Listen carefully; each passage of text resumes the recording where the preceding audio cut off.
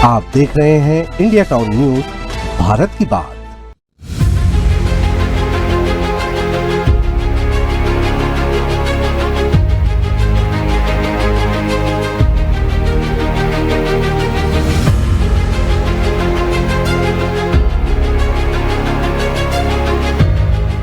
छत्तीसगढ़ में नगरीय निकाय और त्रिस्तरीय पंचायतों के चुनाव के लिए मतदाता सूची का अंतिम प्रकाशन किया गया है और इसके बाद चुनाव तिथियों का ऐलान भी जल्द किया जा सकता है। वहीं प्रशासनिक हलकों में ये चर्चा है कि सोमवार से ही आचार संहिता लागू हो सकती है और ये भी माना जा रहा है कि सबसे पहले नगरीय निकाय चुनाव होंगे और उसके बाद पंचायत चुनाव का आयोजन किया जाएगा।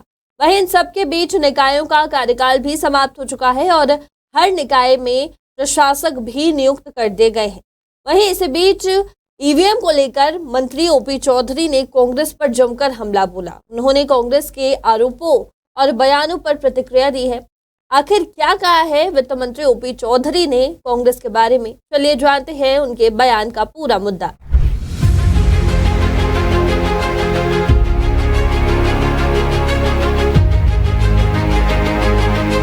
इस बार छत्तीसगढ़ में नगरीय निकाय चुनाव ईवीएम से कराने का फैसला लिया गया है, जिसे लेकर सियासत गर्म हो गई है। कांग्रेस पार्टी इस फैसले का विरोध कर रही है और उनका कहना है कि नगरीय निकाय चुनाव ईवीएम से नहीं होने चाहिए। वहीं कांग्रेस का ये भी आरोप है कि इलेक्ट्रॉनिक वोटिंग मशीन पर भरोसा नहीं किया जा सकता। वहीं इस पूरे मामले में भाजपा ने कांग्रेस के विरोध पर कड़ी प्रतिक्रिया दी है।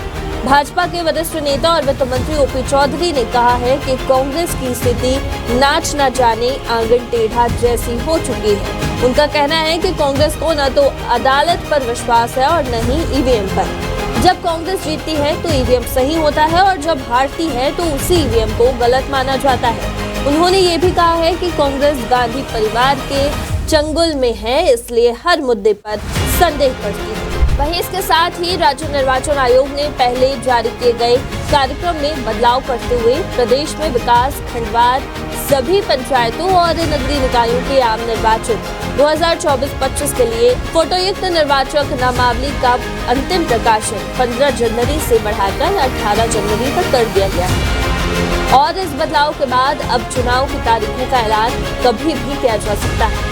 आयोग ने चुनाव की तैयारियां शुरू कर दी है और दोनों चुनाव की घोषणा एक साथ की जाएगी, लेकिन मतदान अलग अलग दिनों पर कराए जाएंगे। जहां त्रिस्तरीय पंचायतों के चुनाव में मतपत्र के जरिए मतदान होगा, वहीं नगरीय निकाय चुनाव ईवीएम से होंगे।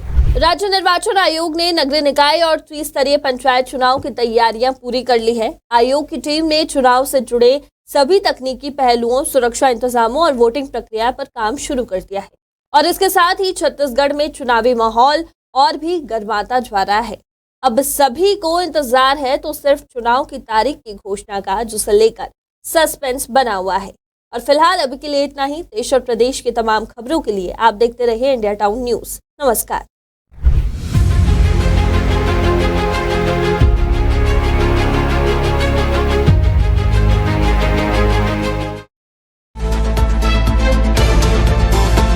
आप देख रहे हैं इंडिया टाउन न्यूज, भारत की बात।